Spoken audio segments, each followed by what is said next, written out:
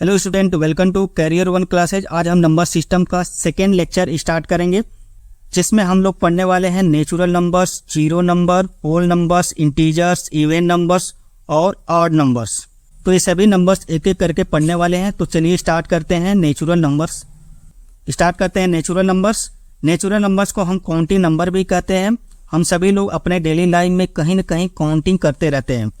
जैसे कि इस फिगर में आप देख रहे हैं कि एक क्लास है जिसमें कुछ बच्चे हैं। हमें ये बताना है कि इस क्लास में टोटल कितने बच्चे हैं।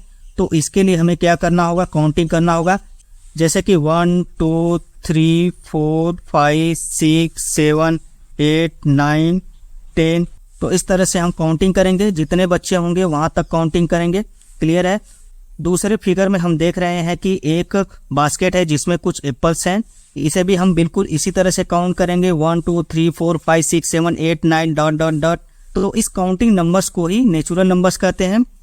अब आप लोग ध्यान दीजिएगा कि नेचुरल नंबर्स इनफाइनाइट होते हैं, मतलब इसका कोई लिमिट्स नहीं होता या इसका कोई एंड नहीं होता।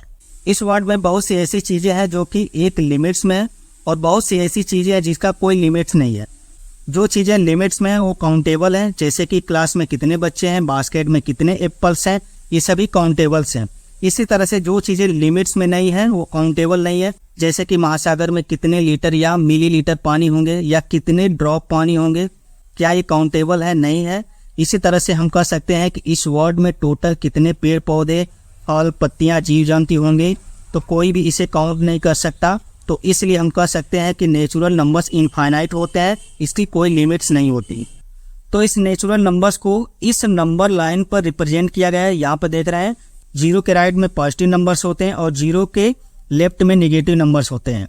तो जीरो के राइट में देख रहे हैं कि पॉजिटिव नंबर को रिप्रेजेंट किया गया है।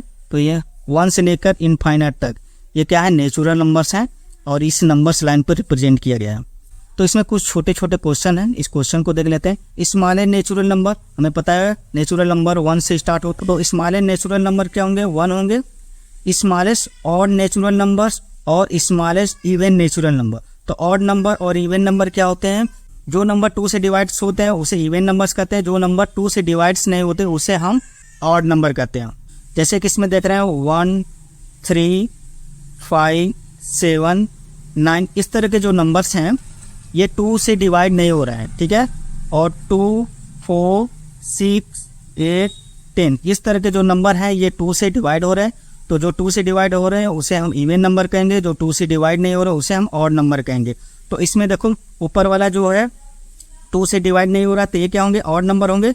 अब इसमें स्मॉलेस्ट कौन है? 1 है। तो स्मॉलेस्ट ऑड नंबर कौन से होंगे? 1 होंगे। और तो स्मॉलेस्ट इवन नंबर क्या होंगे? इवन नंबर 2 से स्टार्ट हो रहा है, तो स्मॉलेस्ट इवन नंबर 2 होंगे। नेक्स्ट है greatest natural numbers. Greatest number को यहाँ पे हम डिफाइन नहीं कर सकते क्योंकि नेचुरल नंबर्स इनफाइनाइट होते हैं, इसकी कोई फिक्स वैल्यू नहीं है, ठीक है। तो इसलिए ग्रेटेस्ट नेचुरल नंबर को हम डिफाइन नहीं कर सकते। तो यहाँ पे हम लिखेंगे अनडिफाइंड। तो ग्रेटेस्ट नेचुरल नंबर क्या होगा? अनडिफाइंड। इसे हम डिफाइन नहीं कर सकते हैं, इसे हम इनफाइनाइट से रिप्रेजेंट करेंगे। Natural numbers are infinite. Natural numbers infinite होते हैं, इसकी कोई लिमिट होती नहीं है, तो यहाँ पे लिखेंगे इनफाइनाइट। तो इस तरह से हम लोगों ने नेचुरल नंबर्स को अच्छे से समझ लिया। अब हम आगे बढ़ते हैं, स्टार्ट करते हैं होल नंबर्स। अगर हम नेचुरल नंबर्स में जीरो को इंक्लूड कर दें तो ये नंबर्स क्या होंगे? होल नंबर्स होंगे। जैसे कि यहाँ पे देख रहे हैं ये नेचुरल नंबर्स है और इस नेचुरल नंबर में इस जीरो को इंक्लूड किया गया है। तो नेचुरल नंबर्स में जीरो को इंक्लूड करने पर जो नंबर्स होंगे उस नंबर्स को हम क्या बोलेंगे? होल नंबर्स बोलेंगे। तो होल नंबर और नेचुरल नंबर में जीरो का डिफरेंस है। नेचुरल नंबर्स 1 से स्टार्ट होता है और होल नंबर 0 से स्टार्ट होता है। क्लियर है। हमें पता है 0 से लेकर 9 तक 10 डिजिट होते हैं। इन्हीं डिजिट का यूज करके नंबर को बनाया जाता है। जब 0 का डिस्कवर नहीं हुआ था तो उस समय हमारे पास 1 से लेकर 9 तक डिजिट थे और इन्हीं डिजिट का यूज करके नंबर को बनाया जाता था। अगर 1 से लेकर 100 तक के नेचुरल नंबर्स की अगर हम बात करें तो उस नंबर्स में कुछ नंबर्स मिसिंग होते थे, जैसे ये 10 क्या होते थे? मिसिंग होते थे, क्योंकि 10 में क्या है? 0 है। तो जब 10 में 0 है तो 0 का उस समय डिस्कवर हुआ नहीं था, तो इसलिए ये जो 10 है ये मिसिंग होता था। इसी तरह से 20, ठीक है, 20 में भी 0 है तो ये नंबर भी क्या होते थे? मिसिंग होते थे। फिर 30 40 50 60 70 80 90, तो जो इस तरह के नंबर जिसमें 0 होते हैं वो नंबर क्या होते थे? मिसिंग होते थे। जब जीरो का डिस्कवर नहीं हुआ था तब जिस नंबर में जीरो होते थे वो सारे नंबर्स क्या होते थे, मिसिंग होते थे। जैसे यहाँ पे बताया 10 क्या होता था, मिसिंग होता था, 20 भी मिसिंग होता था, 30 40 ये सब नंबर क्या होते थे, मिसिंग होते थे। तो जैसे ही जीरो का डिस्कवर हुआ तो ये सारे नंबर कंप्लीट हो गए, फोर्ड हो गए, इसीलिए इस नंबर्स को हम बोलते हैं होल नंबर्स। क्लियर है? तो इस होल नंबर्स को इस लाइन पे रिप्रेजेंट किया गया है।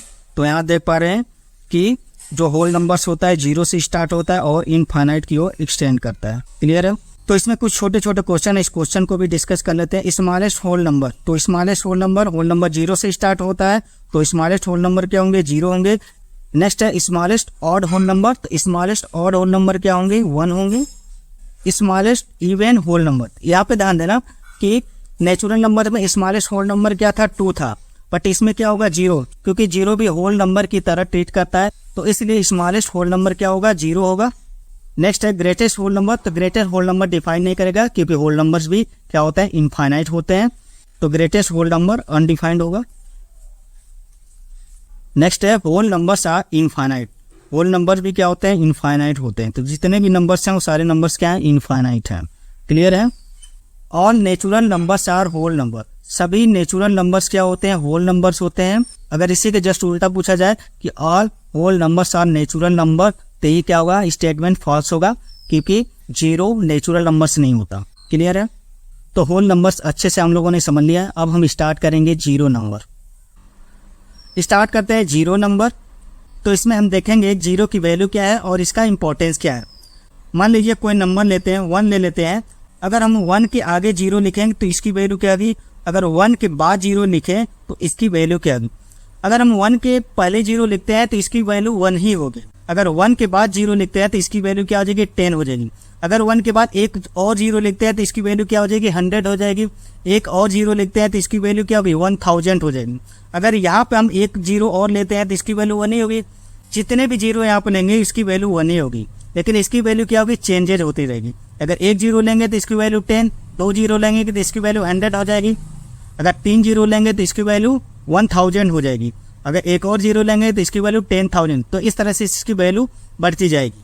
तो यहाँ पे हम क्या देख रहे हैं, किसी नंबर के पहले अगर 0 है तो उस 0 की कोई वैल्यू नहीं है।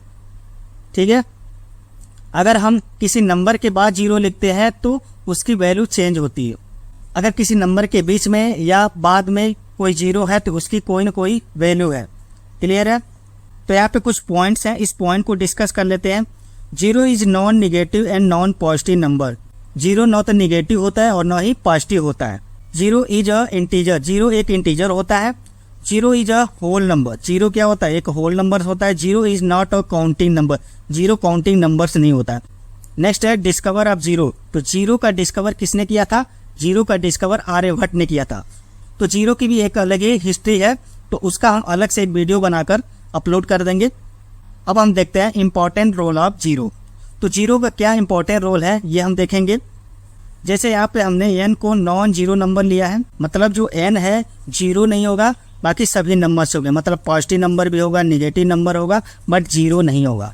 तो इसमें आप देखो कि अगर n में 0 को ऐड या सब्ट्रैक्ट करें तो इसकी वैल्यू क्या होगी, n ही होगी। ठीक है? जैसे कि 1 में अगर 0 को ऐड करेंगे तो इसकी वैल्यू क्या होगा, 1 होगा। अगर 1 में 0 को सब्ट्रैक्ट करेंगे तब भी इसकी वैल्यू क्या होगा, 1 ही होगा। क्लियर है? अगर हम 0 में 0 को ऐड या सब्ट्रैक्ट करेंगे तो इसकी वैल्यू 0 ही होगा। ये थर्ड पॉइंट है, अगर किसी नंबर में 0 से मल्टीप्लाई करें तो उसकी वैल्यू भी क्या होगा, 0 ही होगा। अगर 0 में 0 को मल्टीप्लाई करें तब भी इसकी वैल्यू क्या होगा, 0 होगा। अगर किसी नॉन 0 नंबर से 0 में डिवाइड करें तो इसकी वैल्यू क्या होगा, 0 होगा।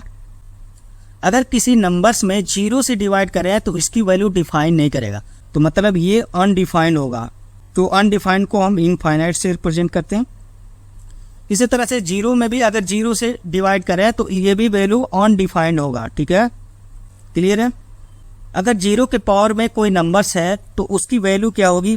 अब देखो 0 के पावर में अगर पॉजिटिव नंबर है तब उसकी वैल्यू क्या होगी, 0 के पावर में निगेटिव नंबर्स हैं तब उसकी वैल्यू क्या होगी। दोनों केस में हम देखेंगे, अगर 0 के पावर में पॉजिटिव नंबर है तो इसकी वैल्यू 0 होगी। अगर 0 के पावर में निगेटिव नंबर्स है तो इसकी वैल्यू इनफाइनाइट होगा। ठीक है? इन दोनों को हम समझेंगे। अगर n पॉजिटिव हो तो इसकी वैल्यू 0 होगा, अगर n निगेटिव है तो इसकी वैल्यू इनफाइनाइट होगा। तो दोनों केस को हम लोग समझते हैं। जैसे कि 0 के पावर में पॉजिटिव मान लो 1 है तो इसकी वैल्यू क्या होगा, 0 होगा। 0 के पावर में 2 है तो इसकी वैल्यू क्या होगा, 0 होगा। तो 0 के पावर में कोई पॉजिटिव नंबर है तो इसकी वैल्यू क्या होगा, 0। अगर 0 के पावर में निगेटिव नंबर ले रहे हैं तो इसकी वैल्यू क्या होगा, ठीक है। तो 0 के पावर में -3 है तो इसे हम लिख सकते हैं 1/0 के पावर 3, और 0 के पावर 3 मतलब 0, मतलब ये हो जाएगा 1/0। और 1/0 क्या होता है, यहाँ पे देखो किसी भी नंबर में अगर 0 से डिवाइड करें तो इसकी वैल्यू क्या होता है, अनडिफाइंड, ठीक है, मतलब इनफाइनाइट होगा। तो इसकी वैल्यू क्या होगा, इनफाइनाइट। तो इस तरह से आप देख रहे हैं कि अगर n निगेटिव है तो इसकी वैल्यू इनफाइनाइट होगा, अगर n क्या है पॉजिटिव तो इसकी वैल्यू क्या आ रहा है, 0 आ रहा है। हमें पता है कि अगर n के पावर -1 है तो इसे हम लिख सकते हैं 1 के पावर n, ये फार्मूला होता है। तो इसी तरह से अगर n के पावर -2 है तो इसे लिख सकते हैं 1/n का स्क्वायर। सेम इसी फार्मूले को यहाँ पे हमने अप्लाई किया है। अब यहाँ पे समझो, अब 1/0 इसकी वैल्यू क्या है, इनफाइनाइट। हमेशा इनफाइनाइट को हम इक्वल से नहीं, हमें एरो से इसको रिप्रेजेंट किया जाता है, क्योंकि इसकी जो वैल्यू होती है एग्जैक्ट इनफाइनाइट नहीं होती, ये इनफाइनाइट की ओर अप्रोच करता है, ठीक है। तो इसलिए हम यहाँ पे एरो का यूज करते हैं।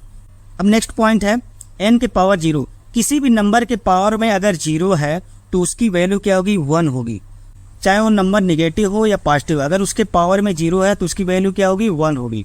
इसी तरह से अगर 0 के पावर में 0 है तो इसकी वैल्यू क्या होगी। अब इसकी वैल्यू को हम लोग देखते हैं।